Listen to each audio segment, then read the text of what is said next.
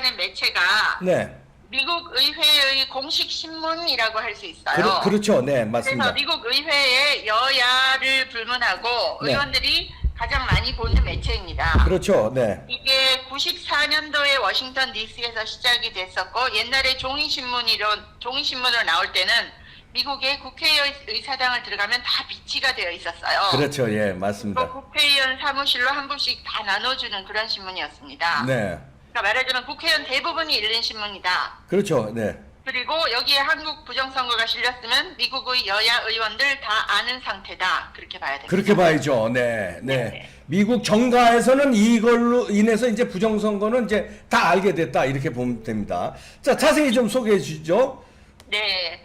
그래서 여기 제목을 Two 네. Koreas, Two Looming Crisis라고 해서 두 개의 한국 그리고 두 개의 이 위기 이렇게 제목을 달았는데 네. 여기서 지금 현재 우리나라가 처하고 있는 그 남북 관계 또 네. 중국과의 관계, 미국과의 관계를 정확하게 짚으면서 아주 날카롭게 비판을 하면서 여기에 부정선거에 대한 얘기를 싣고 있습니다. 네. 그래서 여기서 부정선거 부분은 어떻게 나왔는가 하면요. 네, 자세히 보시죠. 네. 네, 대한민국에서는 네. 국회의원 선거에서 문재인 여당이 성공을 했다. 음흠. 하지만 그 선거 사기, 프로드라고 그렇죠. 하고 있어요.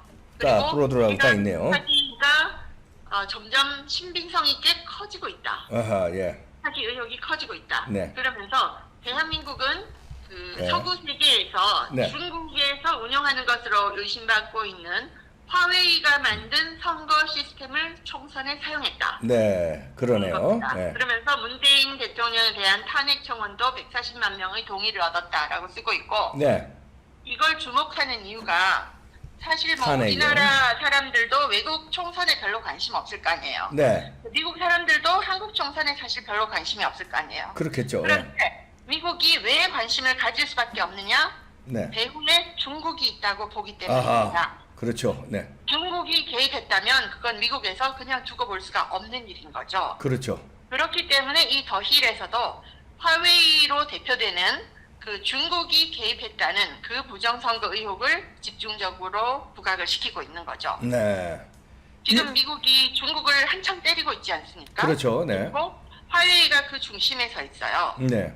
그런데 우리나라 총선 시스템에 화웨이의 시스템이 들어왔다는 것을 미국은 그냥 보고 있을 수 없다라는 겁니다. 그렇죠. 그래서 이 더힐이 그걸 크게 다루고 있는 것 같습니다. 그렇죠. 이게 이제 단순히 부정선거 민주주의를 수호하는 차원에서 문제가 아니라 중국이 한국 선거에 개입해서 중국의 영향권으로 한반도를 통치하려고 그러는 의심을 지울 수 없기 때문에 미국이 이제 가만히 이건 못 있겠다는 식의 국회 전용 매체에서 이렇게 보도하는 거죠. 네. 네. 그렇죠. 지금 미국에서도 대선을 앞두고 미국 대선에 러시아, 중국, 이란이 해킹으로 개입할 수 있다 이런 우려를 굉장히 많이 하고 있어요. 외신이 굉장히 많이 다루고 있거든요. 그렇죠. 예. 그런 와중에서 화웨이가 한국 선거에 이렇게 개입한 것이 사실로 드러난다면 네. 미국 입장에서 볼 때는 이 화웨이가 중국이 미국 선거에 개입하기 전에 한국을 테스트 베드로 썼을 수 있다 이런 생각도 할 수 있는 거예요. 그렇죠. 네, 그게 중요한 겁니다. 네. 그렇기 때문에 미국에서 이것을 아주 중요시하게 네. 보고 그냥 넘어갈 수가 없는 거죠. 예, 예. 그래서 제가 강리엔 TV에서 그 미국 외신을 많이 분석을 하고 있는데 네. 보면 그 미국에서 지금 다가올 대통령 선거 해킹에 대한 우려 예. 이런 언론 기사가 너무너무 많습니다. 그리고 네. 거기서 그 해킹 가능한 나라로 보고 있는 것이 러시아, 중국, 이란이에요. 네. 그런데 중국에 대해서 더 심하게 지금 보고 있습니다. 네. 중국이 미국 선거에 개입한다면 어떤 식으로 할 수 있을 것인가. 또 네. 러시아는 2016년에 개입을 했다. 뮬러 특검까지 조사를 했는데 네. 이번 선거에도 이럴 수 있다라는 거고요. 네. 또 여기서 이제 중국과의 관계가 중요하기 때문에 더 힐에서 이 중국과의 관계에 대해서 자세히 다루고 있는데 네. 저도 이 기사를 강민 TV에 소개하면서 깜짝 놀란 게 네. 어떤 말까지 쓰는가 하면요. 네.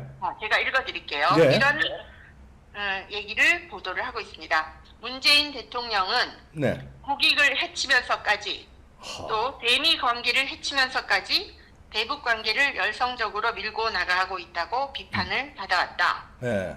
그리고 문재인 대통령이 중국과 코지 릴레이션십, 아주 달달한 관계를 만들어 가기 위해서 네. 노력을 하고 있는데 이것은 미국과의 관계에 큰 트러블로 작용할 수 있다. 네.